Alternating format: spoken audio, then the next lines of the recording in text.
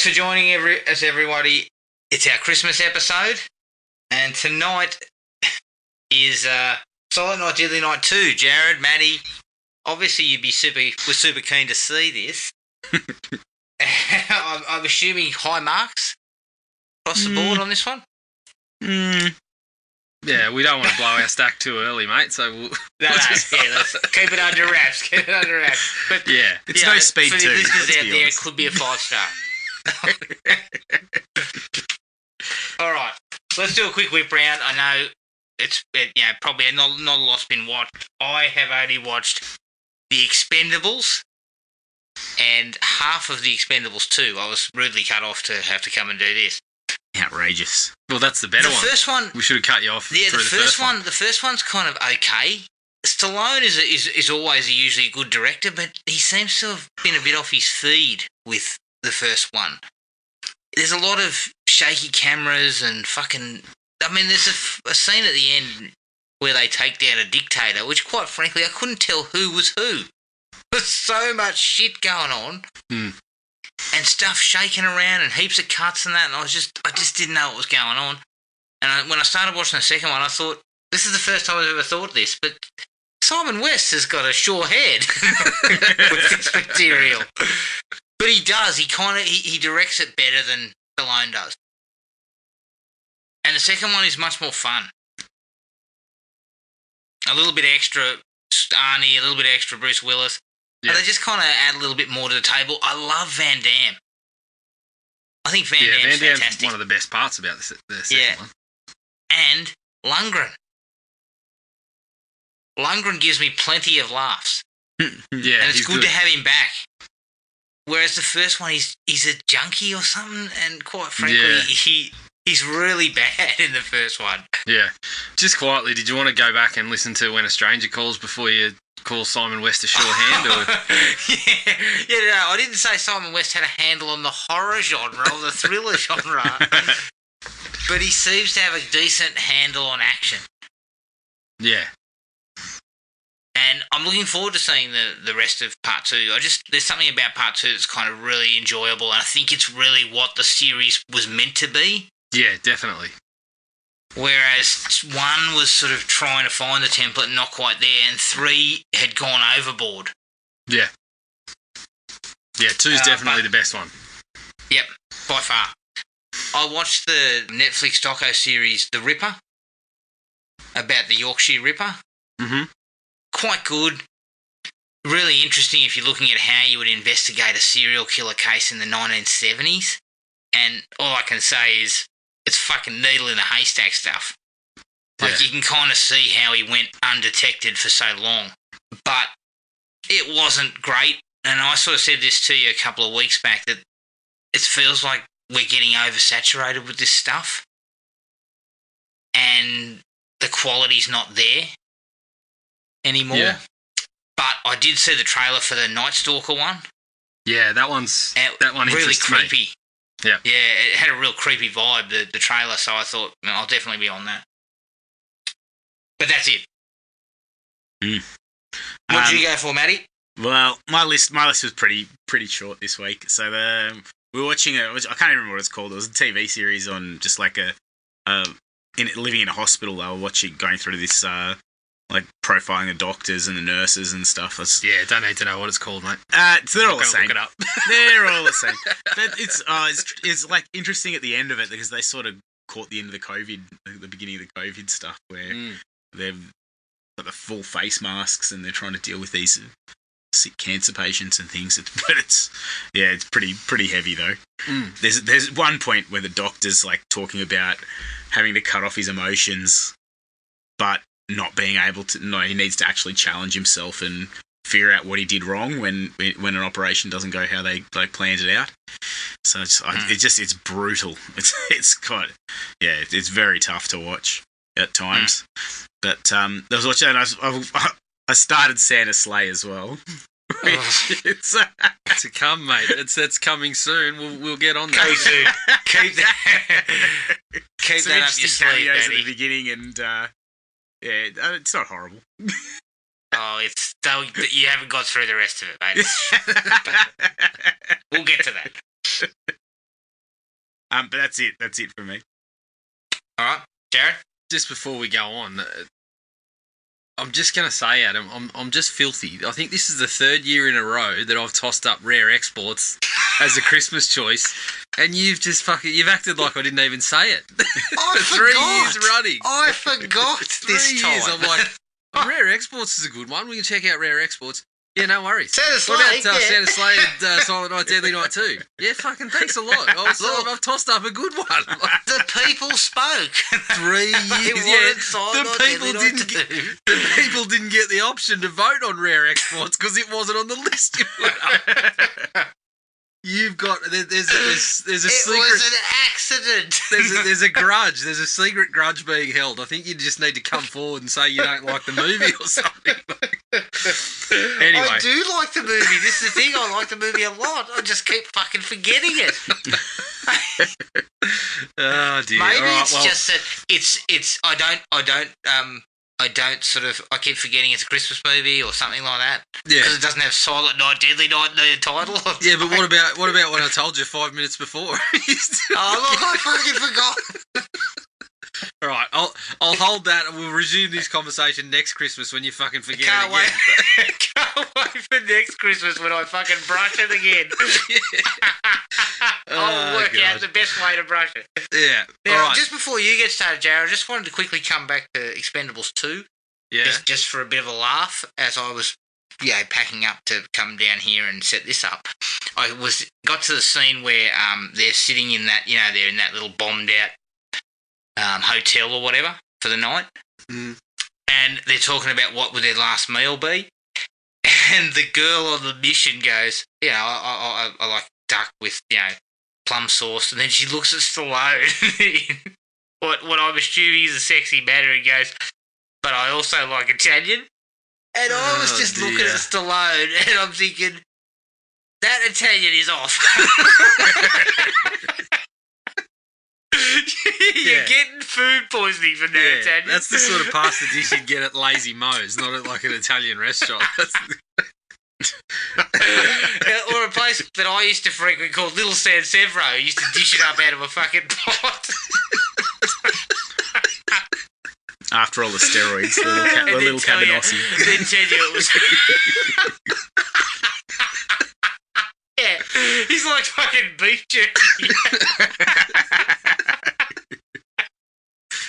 Good to hear that you used to. Good to hear that you used to frequent that joint, mate.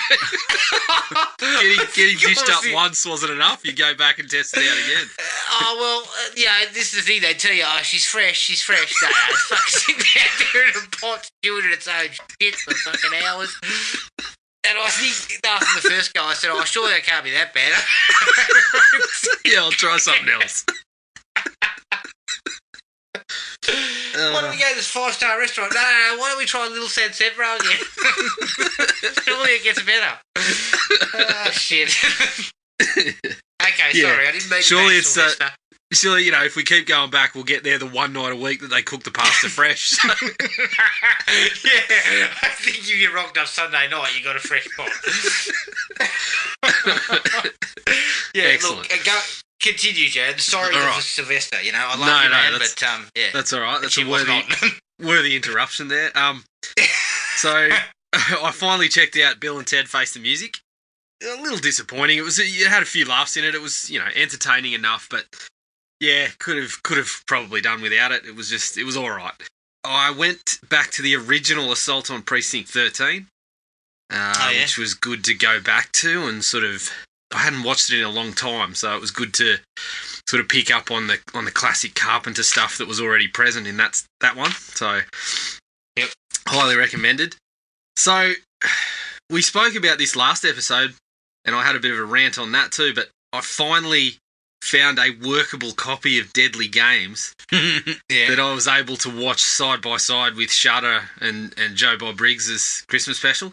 So that was awesome to actually finally experience that. And I wish they'd added some of the older ones, because he had Silent Night, Deadly Night 2 last year, I believe. Yeah. So we could access that easily, but we don't have the episode of Joe Bob's material. Anyway, so I did that, and I started it with Christmas Evil, but the quality of the YouTube video I was watching was fucking horrendous. So I had to stop. I couldn't even make out faces at some points. So I had to stop. But I can tell you, 10 minutes in, she wasn't looking real good anyway. So I'll come back to that at a later stage. The other big ones that I've been checking out are The Mandalorian, finished season 2. And yeah, fuck, they really threw everything into that one. They've certainly set up some really cool stuff to come. But yeah, I was really happy with the way that they finished out those last few episodes. The season just kept on dropping bombs. It just kept bringing out the big names. And yeah, it was really cool. And the last one I watched was just about an hour ago walked out of Freaky. Got back to the cinemas to check out Freaky. And was very happy with it. Definitely add it to Blumhouse's hit list. It's in a similar vein to, obviously, with, what's his name? Christopher Landon having done Happy Death Day. It's in a similar vein. Like, I think it'll reward repeat viewings, and it really, by changing that formula and adding the Freaky Friday body swap to a kind of Friday the 13th-ish film, it really played with some of the expectations and added a bit more weight to certain scenes. Like, for example, you see the girl getting bullied by particular people, but then when they do the body swap, she's actually the one that's killing them. And yeah, it was really interesting the way that it was able to play with some of that. And there was, a bit of comedy in there. Vince Vaughn was good value, acting like a teenage girl for 3/4 of the film. So I thought straight away about Jack Black. Yeah. It's very, very similar to that, but it had a couple of good moments. And as Blumhouse are trying to do, they never really make one that's just straight down the line, other than something like Halloween. Everything else they do is trying to put those really unique twists on it and make little commentaries on it. So it's in a similar vein to Happy Death Day in that I wouldn't say it's a classic, but it'll become sort of required viewing for horror fans because of how it's able to play with those things. Oh, nice. That's good. It's good to hear that it was actually pretty good. I really liked it. That is everything for me. I've got another rant about Shudder if you want to hear it, but I might hold on to it till next Christmas. Well, what is this? What else are they? Who else are they? All I was thinking was when I finished Silent Night, Deadly Night 2, I thought, well, why the fuck do I have Shudder? Because my whole reason for getting Shudder was so I could jump on parts 3, 4, and 5 immediately after, but they haven't managed to come to the party with that. Anyway. Fuck, mate, I said to you before, Tubi's got more stuff on their content, more horror content than Shudder has. And that's problematic. It is. Although Shudder is meant to be a curated collection, Tubi obviously does not curate at all. They just chuck everything on there. Tubi is like someone throwing up. It's just fucking whatever comes out. Yeah. Yeah, what though? I finally got an ad on Tubi. Did you? I haven't had any adverts at all. No. And neither I got have one ad. Fuck. That's not on. And it was in the middle of a really important part of Silent Night, Deadly Night 2. Yeah. I felt like it took the momentum away. All right. Here's the trailer for 1987's Silent Night, Deadly Night Part 2. The nightmare began with Silent Night, Deadly Night. Need a ride, Santa Claus? Well, no, not exactly. But it isn't over yet.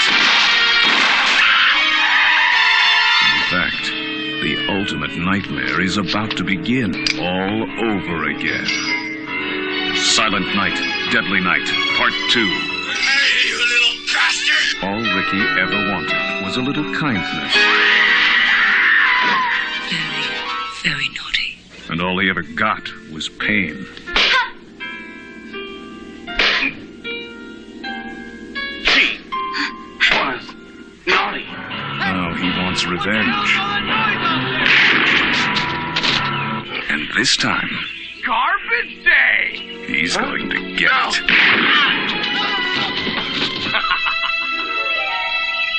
Step by step, weapon by weapon.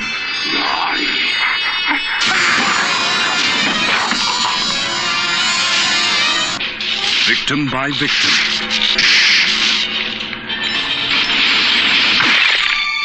The terror's coming home, and he's all grown up. Silent Night, Deadly Night, Part 2. I've got a present for you! The terrifying suspense shocker you've been waiting for. Last time it thrilled you.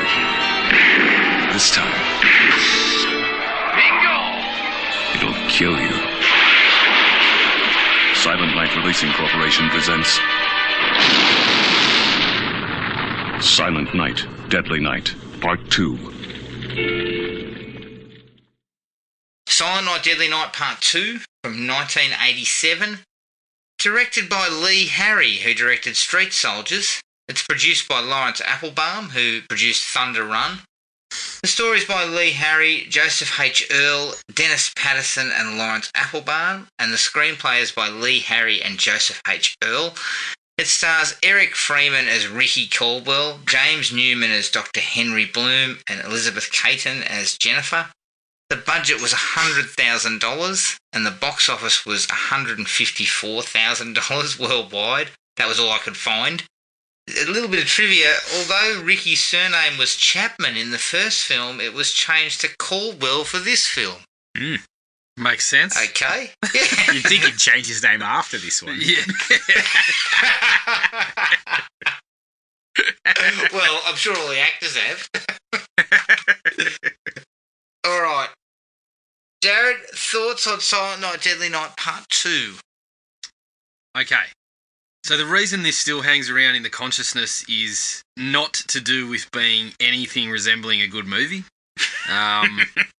Anyone that tries to tell me, look, I know I'm not the deepest thinker, but anyone that tries to tell me that there is anything beneath the surface of this movie can fucking sit on it and rotate, because there is nothing beneath the surface of this film. It's a fucking inept bit of work, and without question, one of the laziest attempts at a sequel I've ever seen in my life.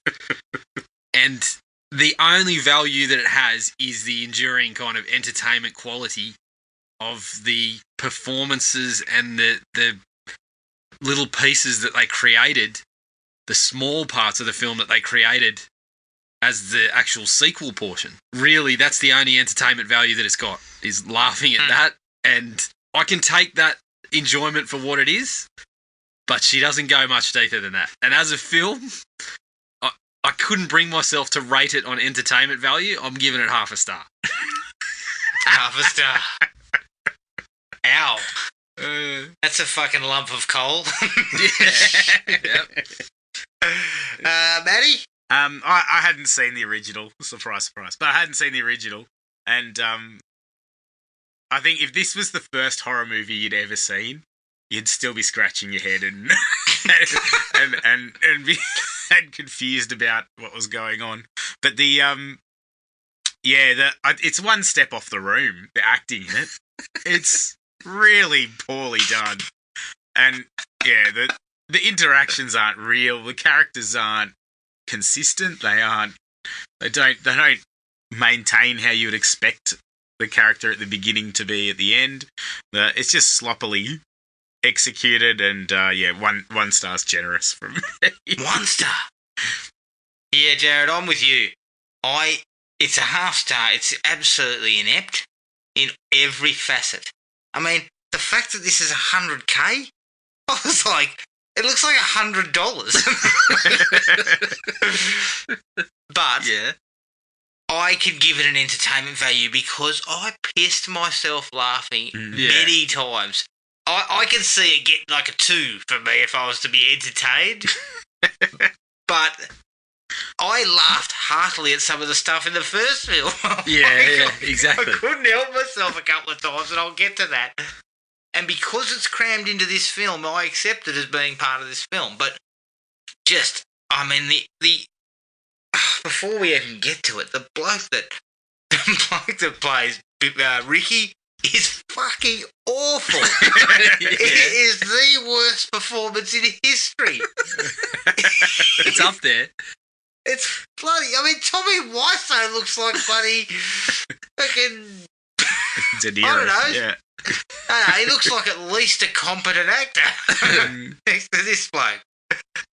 But look, I've got likes, and the reason why I've got them is because I couldn't stop laughing. Yeah, Some I've of got this likes stuff. as It's well. hard for me. I've got likes and dislikes, but you can almost like jumble them together. Yeah. Was it just you, was it just me, or were you also, because I wasn't high on the first one, but when I was watching the flashbacks, I was like, fuck, how good was that compared to this one? Yeah, exactly.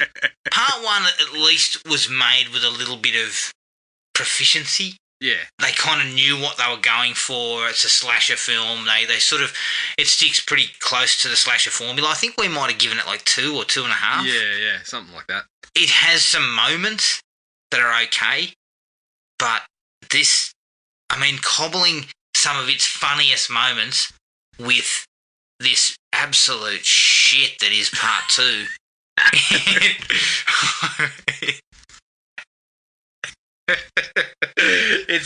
It's an abomination.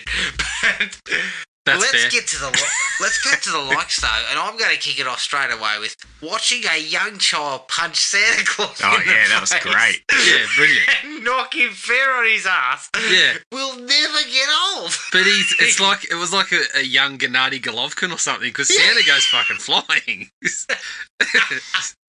It gets Santa 3 feet off the chair at least. I just started pissing my pants. I forgot that I thought he just kind of pushed him, but then Yeah. when they actually show it, he lines him right up. 51. Yes, And he Oh, flies Christ. off the chair as well. he does. It's like he's yanked off the chair. Yeah, it was brilliant. Oh, God. Yeah, my laughs started from the get-go in that there was a couple of minutes where it looked like they were attempting a legitimate bit of work. And so over the credits, they've got this music and you're like, okay, it's not a great score, but, we'll see where we go with this. They're starting to sort of, put these little shots in of what's going on. And it is all completely dashed when Ricky delivers the first line of, fuck off, Doc. After that, I'm just like, nah, we're done. They tried, they failed. The doctor comes in so aggressively.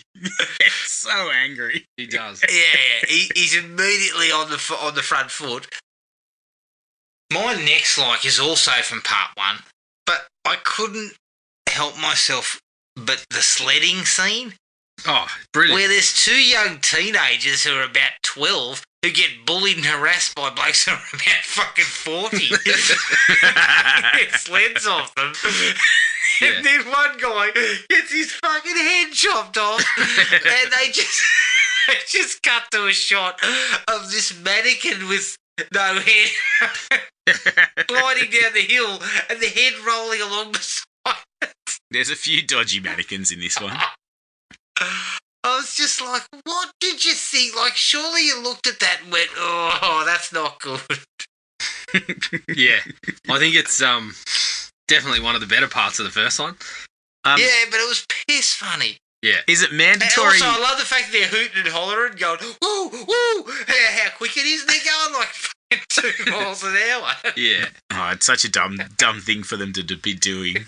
Is it mandatory in all Christmas horror flicks for the murderer to say naughty? Yeah. It's got to be. Is that mandatory? It's got to be. Yeah, well, I'll bring up some more about that later. Because there was parts of that went heavily into my dislike, but yeah. I also forgot that they randomly gunned down a Santa. Yeah. Outside the orphanage. Well, the funny thing is, the original contained 2 killer Santas. This time we've ramped it up to 3 killer Santas. And then we also have 4 if you count the movie that they're watching. They watch a movie that's got another fucking killer Santa in it, doesn't they? And then, 3 of those Santas get shot dead. So. I love the fact that they gun Santa down out the front of the orphanage and they're traumatised by getting paddled by Mother Superior. Yeah. I'd be traumatised by seeing a man shot to death in front of me. Yeah, possibly. She just finishes that off with, Santa's not real. Thanks, mother. Oh, really? I wouldn't have guessed. His guts are hanging out. Speaking of Santas, Billy's work as a Santa is top notch. I mean, telling that little girl, I don't bring toys to naughty children, I punish them severely. I mean, that shut her up fucking quick smart. She was, she was good to go after that. You mentioned the Mother Jesus, Superior.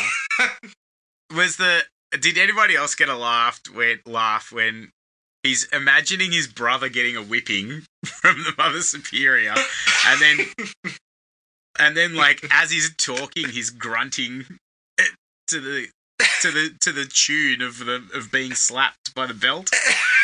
He didn't even experience it. It wasn't him. It was his brother. I couldn't believe it. It was funny though. That was part of the acting masterclass that we were receiving from. Oh, the look on his face would have been right at home in a porno.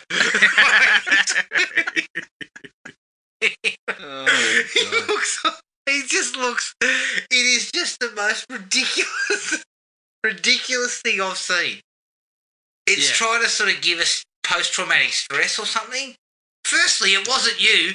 Secondly, don't grunt and groan like you're having sex. Man. Even a director as poor as Lee Harry should be going, look, let's do that again. Yeah, cut. Try a little less grunty. Let's try and internalise things here. I also love there's a sequence. I think this might be in the part 2 version. The bloke, I think his name's Eddie. He runs him over. Oh yeah, that bloke. I can't remember his name. And the look on his face when he gets run over, he just kind of sort of cracks us a half look and goes, ooh, and suddenly just disappears out of sight. Was that another porno facial expression? Yeah. That was more of the, oh, you snuck up on me. Yeah. That was the sort of you snuck up on me. I'm the pool man. I'm here to clean the pool. Oh God, Jesus! I like that they brought back the deer antlers kill from part 1 because it was one of the very memorable bits from the first one. Yes. I Agreed. also again one of the parts that I did like from the first one. Well, I can't remember if I actually did mention this. I probably bagged it when we spoke about the first one. But one of the things that makes absolute sense that they had to do in Silent Night, Deadly Night was the part when the cops are going around town and you're like, can you believe it's Christmas Eve and we got orders to bring in Santa and driving around town looking for Santas? That was one of the few things that they had to do that, it's the obvious play. It gives them the opportunity to get a few of that mistaken identity. It gives them an opportunity to gun down random Santas in front of children and shit like that we all enjoyed. So, yeah. I do like the fact that one father goes to such lengths to play Santa, he climbs up the outside of his house. Yeah. Into his daughter's window during, the afternoon. Yeah. Mate, just sneak through the door. She won't notice. Yeah, she's not going to care that you didn't put in the effort to climb the fucking trellis outside. You know what? Don't even get the Santa suit. Just put a beard on and stroll in there in your crackers. Yeah, here's your present. Go back to sleep.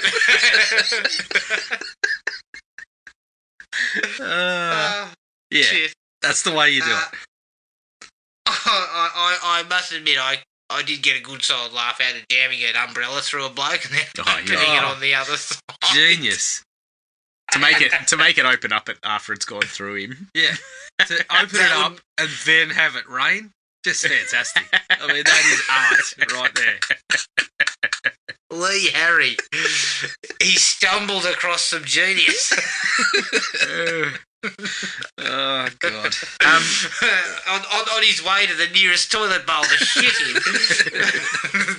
With the rest of the film. Yeah, he tripped on a good idea on the way.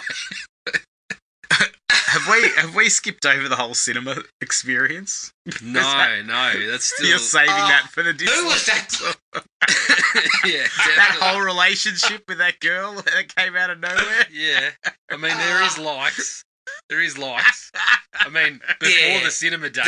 Speaking of acting masterclass, when Jennifer knocks Ricky off the motorbike, and his facial expression when he's laying on the ground is sort of, I don't know, like Oscar the Grouch, and then when he sees her legs, he arches the eyebrows and does everything bar a head wobble and hey, like. Yeah, what though? He looks fucking murderous when he gets hit by the car. Initially, I'm thinking, surely she's dead. But then he sees the leg, and then that's acting. What he does with his face, that's acting. His I'll bring up put a on bit a more of masterclass. his masterclass in my dislike. But I've got some very interesting things to say about his eyebrows. His eyebrows are like his eyebrows are like a fucking shake weight or whatever. They don't stay still. Oh shit! Yeah, but we'll get to that. I love the fact that you stick a fucking jumper cable in a bloke's mouth and his fucking eyeballs explode. Yeah, that was excellent. And the $2 mannequin head that they've purchased is just absolutely... That was half the budget. It doesn't even look like him. No, I liked her reaction too. It was more of like a, what are you doing? Rather than kind of like scared of him. Somebody's just fucking been blown up in front of me. That's one of the classic overreactions. Yeah. My recent boyfriend is a murderer. Yes. I'll just ask him what he's doing. Taking a small step back, when I originally watched it, I must say that one of the few things that the flashback format actually afforded it, and that they actually did, was that when he actually kills the doctor, it was kind of a bit of, it's a bit of a shock there, that like the fact that you think he's there and he's dead. I do question, I mean, it's telegraphed massively, and I'd question how much pressure you can put on those tapes before it'd fucking break, but anyway. Yeah, that was basically the only half-decent thing they did with the flashback. I love the look on Ricky's face when after he kills Chip, Jennifer starts chastising him and he keeps seeing Mother Superior for a few seconds. And he does the worst double take in history, and then he does it 3 times. The same sequence. And again, Lee Harry, at least say, right, fuck that, let's try something different the second time. Yeah. Yeah, can you just turn and look at the camera? Don't even try to, just look at it. Do you want me to arch my eyebrows? Just stay still. Yeah, can we fucking, I don't know, can we Botox your eyebrows to keep them still or something? Yeah, it's crazy. Unbelievable. But the whole rampage down the street is fucking, it's comedy gold. It's Garbage day. Garbage day, holy shit. I also love the guy that comes out. He's like, "Hey, what the hell's all that noise?" And boom! He shoots him like square in the chest from like 100 meters away. Yeah, and the guy goes flying with a fucking 6-shot pistol. Yeah. I mean, that chick's not going 25 meters. And then he also, when the car's driving towards him, he shoots the driver and gives us a bingo. And then the car bursts. Did you notice the stunt? Did you see the stunt though?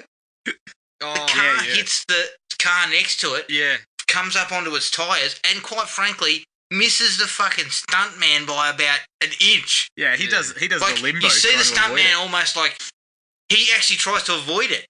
Yeah. As opposed to it going straight past him with not moving. You just watch it for a second and think, fuck, that guy's lucky he's not blasted onto the concrete. Yeah. Well, as you said, on the budget... I mean, there would have been no insurance for this film. That could have ended up on a doco for sure. On the budget, it wasn't a stuntman. I think it was probably just... They set up the stunt, and then the first car that drove down the street, they were like, action! Let's see how this goes. Maybe it was the main star, and they were hoping to knock him off for insurance purposes. Jesus Christ. And his acting takes... If possible, his acting takes a turn for the worse when he goes to hunt down Mother Superior, which again gives us some unintentional comedy. It is just awful. Yeah, what? She locks Mother the door. Mother Superior is pretty slippery. Yeah. It takes him 10 minutes to get near her. Yeah. She's only, bloody 85 in a wheelchair.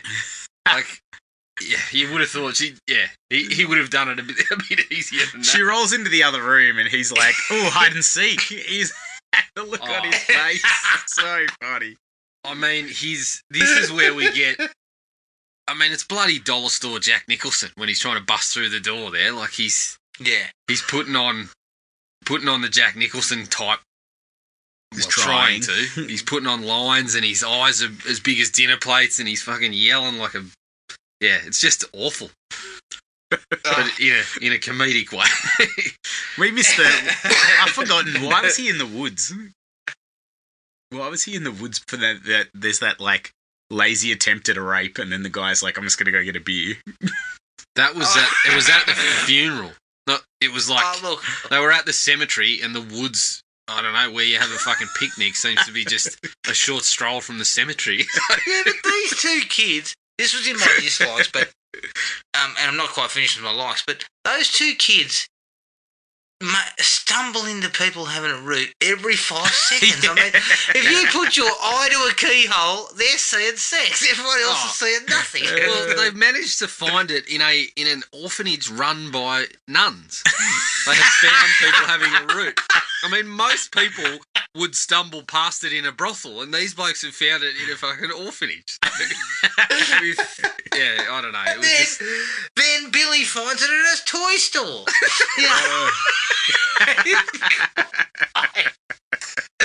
All I'm getting from this is that the commercialism and religion combine to turn you into a fucking pervert. Is that the secret message? Found the theme. We found the theme. A horticulturalist as well. We just weren't digging hard enough, Chad. It's got layers. It does. It's very layered, very complex. My last like, Mother Superior's head falling off when the other sister shakes her. Yeah. I mean, and not the a drop worst special effects ever. Not a drop of blood from the recent fucking decapitation that's taken place. There is not a drop of blood anywhere. Did it with a laser. We just didn't see it. Oh, unbelievable. It was like a He-Man figure or something. Just pop the head back on after you fucking knock it off. Exactly. Plus, it is just another mannequin. Yeah. Yeah. It's just shit. It was laugh-a-minute stuff at that point, I think. Any other key likes for you guys? No, you had far too many, mate. I liked how many times... champagne in comedy. that scene in the woods, I liked how many times he ran over the guy to make sure he was dead. It's like 20 times. And again... And then the girl says thanks. He's just committed murder, and his girlfriend just goes, thanks. I didn't mind that. Yeah. What? I thought that was a nice twist. Because like, obviously she's gone through something that she would be, very... upset about what's happened, but then I don't think seeing the bloke run over a number of times would fix that. I think it would be more very trauma. Cathartic. Very cathartic. Yeah. Oh, God. All right, into the dislikes. Using half the footage of the first movie, and you summed it up, Jared. It's lazy. The first one's not even what you'd consider a classic, would you? No. It's not a staple. It was a controversial film in its time because of Santa Claus being the murderer. Mm. But overall, the first one's no great shakes. But honestly, it looks like fucking The Dark Knight. Do they pad around it? Yeah. But I mean, putting the two of them together is like mixing fucking. I don't know. It's not good. Whatever you're mixing together, it's not good. Well, I actually read they were going to try to use more of the first one because they wanted to do it as cheaply as possible, but eventually the director just said, I mean, we can't. We can't just use the whole fucking movie with this little wraparound, so they added more of Ricky, which, well, it's debatable whether that was a good choice or not, but yeah. If you had a better actor in the lead role, would it have got anywhere? No, like it probably. I mean, it would have been less. It would have been less enjoyable. Well, it wouldn't have sustained. It wouldn't still be being watched because that's what you watch it for now. Yeah, I believe they had another actor in mind, and they went with this bloke. Fuck. Holy shit. But the other thing that the flashback format does is it ruins any chance of there being... They use so many flashbacks that there's no chance that there's a narrative. Like, we just get the first movie, which was its own fucking, narrative condensed into the 40 minutes, and then they tack another one on the end when you just know, fuck, all they're going to do is run through a couple of kill scenes as quickly as they can. Yeah. And that's basically how it ends up. I mean, the last 20 minutes is just the bulk of what they would have shot by the look of it. Yeah. And it's all just people being killed. I'm grateful that they didn't just stretch their last half an hour or 40 minutes into a whole feature film, though. I'm grateful for that. Yeah. Because that would have been horrible. That would have been really bad. Yeah. I mean, some of that stuff, even the stuff in the cinema and all that, it's just... And the whole addition of Jennifer... Christ. Inexplicable addition of Jennifer. Yeah. It's really kind of... And look, there is no way that woman, Jennifer, who seems mildly well-adjusted, would have anything to do with this bloke. She wouldn't vomit on him, Jared. Yeah. But yet they tried. I thought there was a point where she was going to say her ex-boyfriend killed and she was going to dig it. She was going to be into it. Mm. Yeah. But they just took that away straight away. Speaking of into it, I was waiting for during the sex scene. I thought he'd break out into a bit of naughty mid. That's what I thought was going to happen. I was waiting for him to punch her and kill her. The problem was that sex scene is talk about the most unsexy thing ever been put on film. Well, they don't even move. They're just laying there. Is it down there with Madman and the spa there, Adam? At least there was a little bit of romance in that scene. Was there? This is... Well, they couldn't find each other. they were playing a game of Marco Polo for each other's bloody bits, but... This one is just two people not moving and the camera kind of going back. Lee Henry. Well... Again, or Lee Harry. Pretty sure Ricky's eyebrows were moving at some point. Yeah, but that gets to me my biggest dislike here. His performance, you know how when people sort of make a slightly sort of bawdy gag, they give us the eyebrow raise? Yeah. Is he making, sexual gags the entire film? Mate. Because that's all I'm getting from him. His eyebrows give a performance independent of everything else that he does. Like the scene confronting Chip and when he's doing his dollar store Jack Nicholson busting through the door, his eyebrows are they're just sort of dancing on their own. I don't know what they're doing. That's probably the most animated thing about the performance. It is an all-time terrible performance. Is it the worst performance you've seen? Well, I have seen The Room, so I don't know. Tommy Wiseau and this guy could compare notes. Yeah, but Tommy's got what not to do. Tommy's got an eccentricity that this bloke's missing. I don't know. It's awful. It's so awful. Tommy's trying. It's not working, but he's trying. This guy is not trying. No. This is just. I understand you got 100K to work with, so you want to get things done quick and cheap. But you need to get an actor who can at least do something. Now, we've talked about dinner theatre, Jared. Well, he wouldn't get a start. America is full of people doing fucking pantos. If you can't tell me that back in 1987, these guys couldn't find someone doing a pantomime down the street who would have had some grounding in acting. Something. They did high school plays. They had, they had a year 12 equivalent. I don't need a degree in acting. I just need someone who's done some work. Imagine being the actor that he beat to get the gig. I know. Talk about a hit to your self-esteem. Fuck hell. Christ. Imagine After this seeing came that on the out, screen. you'd just be like, all right, that's my career done. Yeah, I'm I'm out. done. Yeah. Are you still acting? No. I gave it away after I saw Silent Night, Deadly Night 2. It's an all-timer. He is absolutely atrocious. I mean, In go the for a role. wander. Go for a wander off Broadway and offer somebody $100 and a carton of piss. They'd probably do it. Like, Go off It's only 20 Broadway. minutes worth of work. He hasn't got many lines. It's all that's right. flashbacks. Yeah. we can knock this Exactly. out in a couple of days. Yeah, well, that's what is obviously happened. I mean, surely the director could have enticed the producers to say, look, give us a couple of extra days just to shoot some better quality of the acting. A few more takes, No. maybe. I think they might have seen the start and just said, nope, we're That's not it. giving you any extra days because this cannot be improved from here. Yeah. This is a cheapie. We want ripped together.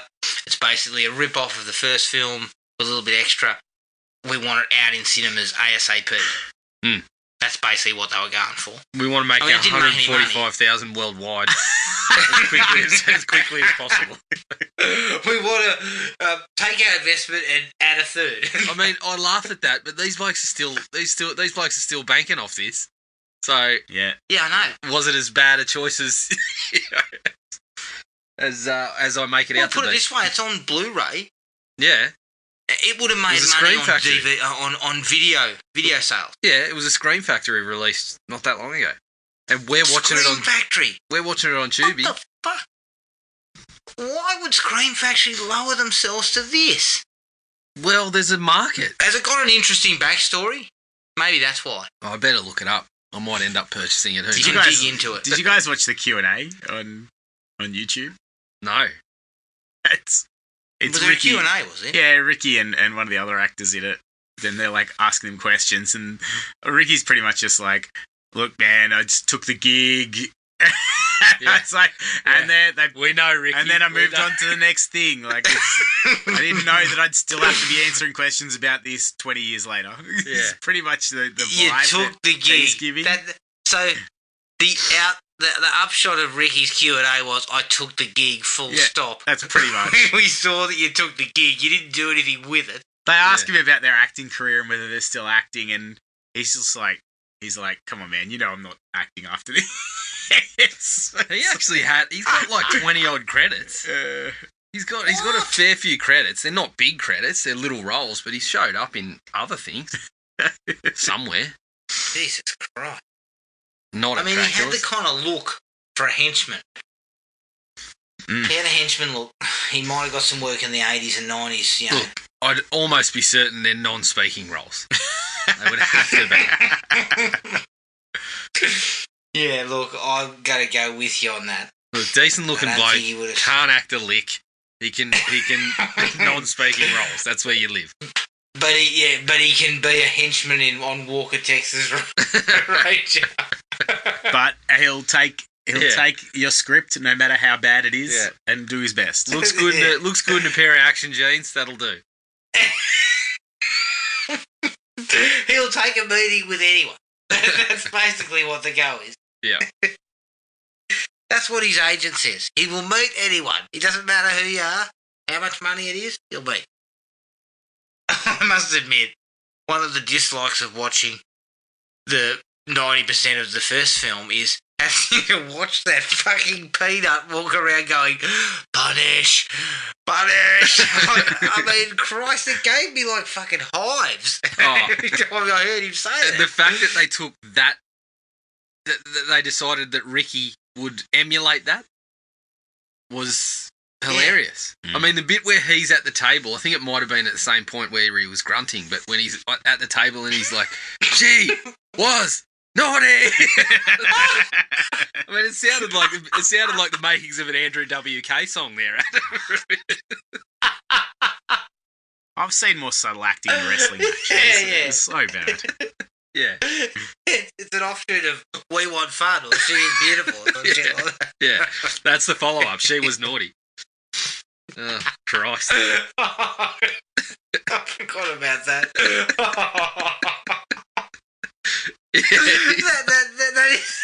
that is the lowest ebb of his performance, and that's fucking saying something. His performance Is that worse than fucking Garbage Day? woeful.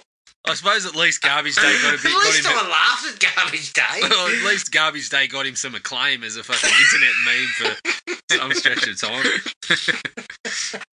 That's why he's still answering questions.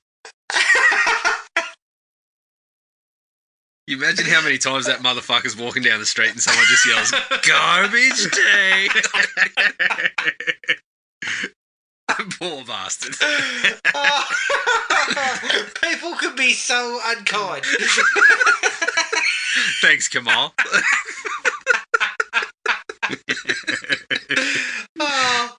Oh God. I mean, he would have taken so much shit about this. Yeah, I think he would have. He must have a sense of humour for Oh, sure. you would have to. You would have to develop something like that, or you wouldn't survive the movie still being watched, memes going around. You would just have to roll with it at some point. He would have hoped that shit just died a natural death. Yeah. But, No. Gotcha. There is a sequence where it cuts back after one long flashback from the original film, and the psychiatrist is sweating like Patrick Ewing, Jared. His forehead is just drenched. It's like, what the fuck? Like, what's been going on? Yeah, it must have been all the grunting that was getting him a little bit worked up. There's only so long you can be yelled at. Oh, God. And I think the idea is supposed to be nervous of Ricky now, or Yeah. as Yeah, I was I don't saying know. to Maddie before, you're in a cell, right, doing an interview with a mass murderer. Mate, that guy is fucking shackled to the wall. Yeah. He's wearing one of those Hannibal Lecter masks. Yeah, and I mean, we already got how bad he was because this doctor was the 13th doctor that I've spoken to. So, okay, mate. Yeah, we got it. He was definitely not choice 1, 2, or 3. He's so bad at his job. Yeah. Michael Myers. He's the kind only, of guy you find in the fucking yellow pages. Michael Myers only needed one to look menacing. This bloke, he's talking about how many he's gone through, and he hasn't got a quarter of the menace that Michael Myers is putting out there. Yeah, this psychiatrist, he's the kind of guy that you find one of those flyers with the phone number you rip off. I don't Be a quite. psychiatrist, call me. Yeah. I still don't quite understand the trauma that Ricky has because he was an infant, and his brother who it's not saw it. him. His brother who saw everything happen, you can sort of understand, but he's like even shows moments of clarity as a child in the orphanage. His brother, look, I've got a whole dislike about this. Mm. His brother seemed to be dealing with things fairly well, other than drawing gruesome pictures in his crayon work there. But then Mother Superior rolls him into the office and says, "Explain this, William." I'm like, Surely well, you know. Mother Superior, as you know, fucking Santa killed my parents, and I'm having a little bit of difficulty working through that. I think Mother Superior is the same fucking extreme branch of Christianity as the bloody priest in the Lawnmower Man, Adam. Just fucking doling out random beltings for no reason and telling people to punish. And Hanging all out with the one from Blues Brothers for a drink. Yeah, I don't know what was going on, but it's like he seems to deal with the death of his parents really well until she gets involved. Yeah. Once she starts fucking paddling his date regularly, he fucking becomes a psychotic. Yeah, setting him up to catch people having sex so she can traumatise him afterwards. That's right. And then Ricky would have been fine, but then he saw her traumatising his brother. So then she's created two fucking monsters. Yeah, at least. Also, What happened to her number face? one, who was the bloke that was fucking getting it on in the I can't remember from the first movie. But secondly, the walloping that she's told out a walloping, she's whipped the belt out to fucking take it to two adults. I want to see the outcome of that. I mean, what was he? I want some information. Was he the surely that bloke leapt up and surely he leapt off the bed and shaped up. I think Mother Superior might have copped a couple of jabs in there. Yeah, but I reckon she got him with a good solid belt flick to Yeah. Everything was open. So he's jumped up, he's thrown a couple of short and sharp ones, and she's just gone whack right to the cods, and that's the end of it. That's what you tell She's me. well versed in accuracy and force. Yeah. It only takes a flick and a man's down. Yeah, that's right. Yeah. That's right. He now has sack trauma. Yeah, a pair of fucking He wakes up every night screaming, grabbing. His testicles exploded like Chip's eyeballs. Fucking belt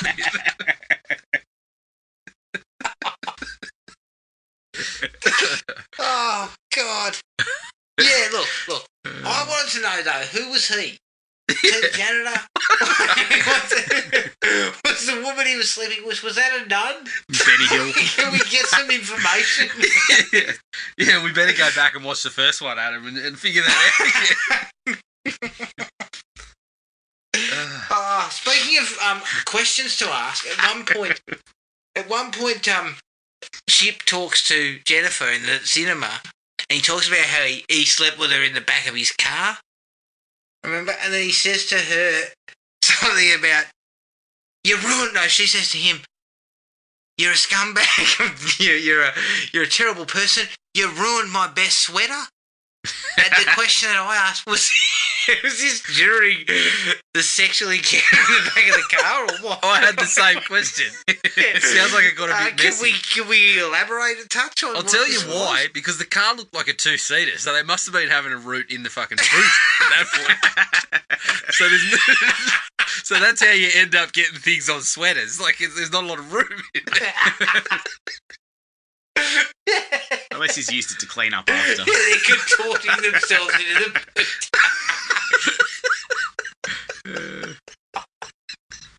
Yeah, they're bending themselves up like the bloody contortionist violinist in RoboCop.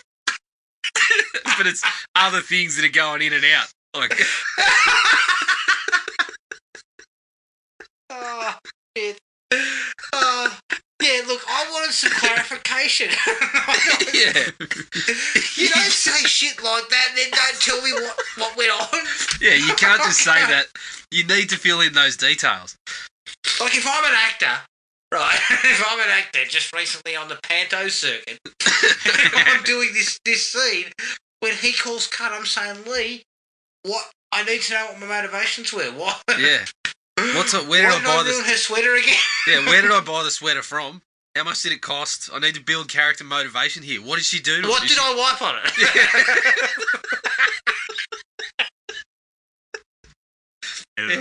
And how exactly did we squeeze into the back seat?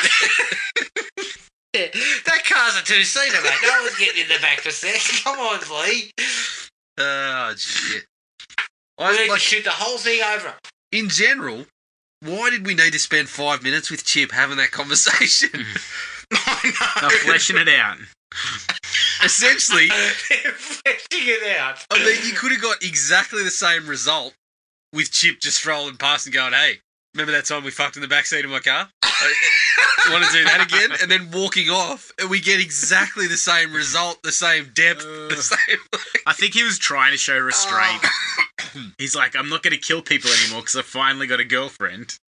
Yeah, I know, but he could have done that with Chip doing exactly what I just said. 'Cause having Chip sitting there conversing with Jennifer for 5 minutes doesn't in really the do cinema. much. Oh, yeah. They kind of have this back and forth, talk about the sweater, and then they're off. Yeah. I mean, he could have just... He If could have anything- been there for 30 seconds, giving her a leer and a head wobble and being like, hey, you know... If anything, you're starting to sympathise with Ricky at that point. Yeah, pretty much. You're like, you say he's Well, he's got more stopped the depth than rapist Ricky. and he's stopped the rapist and now he's Here you go. You're finding rid all of this this hidden guy. depth that I missed there, mate. This has probably gone up a couple of stars for you, hasn't it, Matty? Yeah. The deeper we go into it. Yeah. Absolute I shocker. love the bit where this is the acting masterclass. When he comes wandering out down the street and they do it like in a side shot where they're kind of following him and he's looking at the gun in his hand like it's a fucking... Like, he's never seen it before. He only used it 5 seconds ago. And then he comes across all the cops and they go, drop the gun. And he cocks his head back and goes, ooh, basically laughs like fucking Vincent Price. Just like, holy shit. Oh, yeah. What were you thinking? That was awful. The whole... Yeah, I think I've almost said too much about his acting, but it was just terrible. So bad. I mean, I've already mentioned this, but it's a travesty that you could not find room in those flashbacks for 7 o'clock time to get shit-faced. It's a fucking travesty, especially when you show that exact person dribbling nonsense in the state of being shit-faced. You see every other line he delivers except for that one. Oh, it's good enough for a T-shirt. You got to leave it in there somewhere. Exactly. That movie got 1 star from me. One of the stars I gave it was for 7 o'clock time to get shit faced. That's right. I mean, it's so much in the vernacular that I think on Christmas Day I just sit around waiting until it's about to hit 7 o'clock on the clock, so I can then scream 7 o'clock, time to get shit faced. Usually I'm already there by 7 o'clock. Yeah. You're waiting for 7 a.m. It was at 7 p.m. Yeah, the kids are Santa came and I'm screaming. The thing about that is...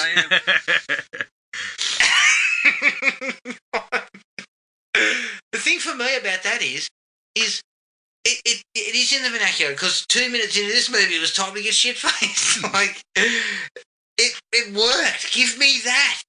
In fact, I was holding out for it. Yeah, so was I. After I saw him job Santa, I was like, I've got 7 o'clock time to get shit-faced coming up next. Yeah, all the good stuff. Pretty happy. Yeah. All the good stuff's been rolled out. They skipped it. That is just lunacy. Ugh. Makes him too likeable. Terrible choice. Terrible choice. God. We did see that guy get killed, though, didn't we? Yeah. Oh, Yeah, did we we? did. Let's assume. Can't Yeah, remember. he gets strangled or something, or axed to I think death he or was some already bullshit. dead, judging by the amount of grog he'd consumed. He died of alcohol poisoning. Well, yeah. If Billy didn't get him, he would have fucking fallen over and cracked his ass up. So, look, he was on the way there anyway. Mate, the Grim Reaper was hanging over him as soon as 7 p.m. rolled around. Yeah, the Grim Reaper was waiting to fucking leap out of the nearest bottle to finish him off. Now, my last dislike is Mother Superior. It's pretty obvious that it's a different actress. Yes. And they said she had a stroke. Yeah. But fuck, you don't end up looking like Gollum. Her face looks fucking awful. I had exactly the same notes, Adam. I'd written here that I thought she'd had a stroke, but it seems she's copped the same treatment that turned fucking Melvin into the Toxic Crusader. She just copped a small dose to one side of the face. Yeah, she got a splash of toxic waste in the face, not a full fucking barrel's worth. Yeah, I don't know. Yeah, that was. I mean, you only had 100K. You didn't even need that special effect. It seemed to be I just. mean, I wasn't going to ask questions. It was a different actor. Yeah, I think that was all it was. But I mean, shit. If you're gonna do that, she's partially covered up by the nun's bloody habit or whatever you call it. Anyway, we'll let that go. Like, I'm not gonna go. Oh shit, that's the same actress. No, not the same actress. I'm out. I'm done on this movie. Like, the kind of people we know who it's are her watching from the this taunting. film are not interested. Yeah. That's it. She delivers the same fucking gobfuls of shit that she was doling out beforehand. The thing I love about it too is Mother. She's Jason Voorhees. She falls down a fucking flight of stairs at a 45-degree angle, and then gets up like nothing happened. Yeah, just shakes it off. Like I said, it's Mother Toxie now. She's got a bit of extra strength. Oh, God. Oh, I just love that. Oh, she's had a stroke. Tell us she fucking fell asleep on a hot plate or something. Don't roll out she had a stroke. We know she didn't have a stroke with that. Yeah. It was probably one of the other murderous orphans that she helped raise. Yeah. She's dealing with it every night, so she's just brushing them off like flies with a swatter. Maybe she also interrupted another couple having sex and one of them jobbed her. Yeah, that was just the fresh swelling and bruising that she was dealing with there. It reminded me that in the first film, I can't remember whether we mentioned this or not, but surely we must have, that Mother Superior gets stuck into the cop.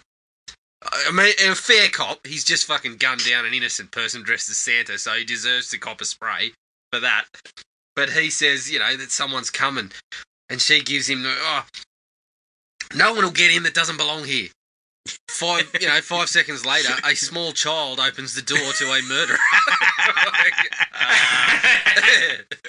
Why are you so confident in your policies here, mother? What are the fucking security protocols in this joint?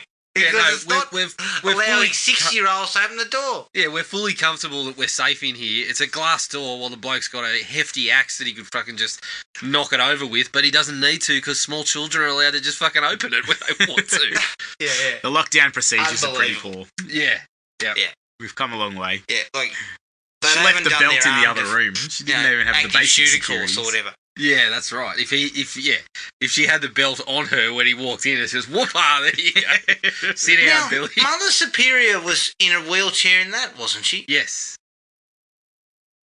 So did she have the stroke then? Because her face didn't look like shit in that. I don't know what happened to her face. Continuity wasn't a priority for this movie. No, it wasn't. Because one minute she was walking. Well, it seemed to be for 45 minutes. Yeah, look, there was a bit of continuity with regards to the first film. Well, it was the first film. But I think even that had continuity errors, didn't it? Oh, Jesus. Oh, God. Is there any other dislikes? No. The other side of Mother Superior's face, that's about it. Oh, God, yeah. Oh, look, that is Silent Night, Deadly Night Part 2. You can find us on iTunes, Spotify and Podomatic. Send us an email at thrillme@iinet.net.au. We're on Facebook at Thrill Me Podcast Australia and at Podomatic at thrillme.podomatic.com. Please rate and review us on iTunes and Podomatic. We're also on Instagram at Thrill Me Podcast AU. Now, next episode is one that these pricks stitched me up with last year. They said we were going to watch Santa's Sleigh. I think maybe this is why I'm holding a grudge towards Rare Export. Yeah, I should have thought of that. Now we've found it. Now we know. Yeah, but you've been allowed to now put this forward, so let it go. Be the bigger man and let us watch Rare Exports for once. But, mate, after we punch Santa's Sleigh out, I'll let it go. Okay. That's all it's going to take. That's all it's going to take. These pricks made me watch this. It's not worth told it. us we were going to watch this, and then, of course, didn't, and I ended up watching it. But Maddie has also seemingly watched half of it and reckons it's all right. Well, so not all right. There's a snippet of a preview of what's to come next week. A glowing review. A glowing review. But until then, take it easy, and we'll catch up with everyone later. Cheers. Find the podcast at Podomatic or on iTunes. Don't forget to rate and review. Like us on Facebook at Thrill Me Podcast Australia or contact us at thrillme, all one word, all lowercase, at iinet.net.au.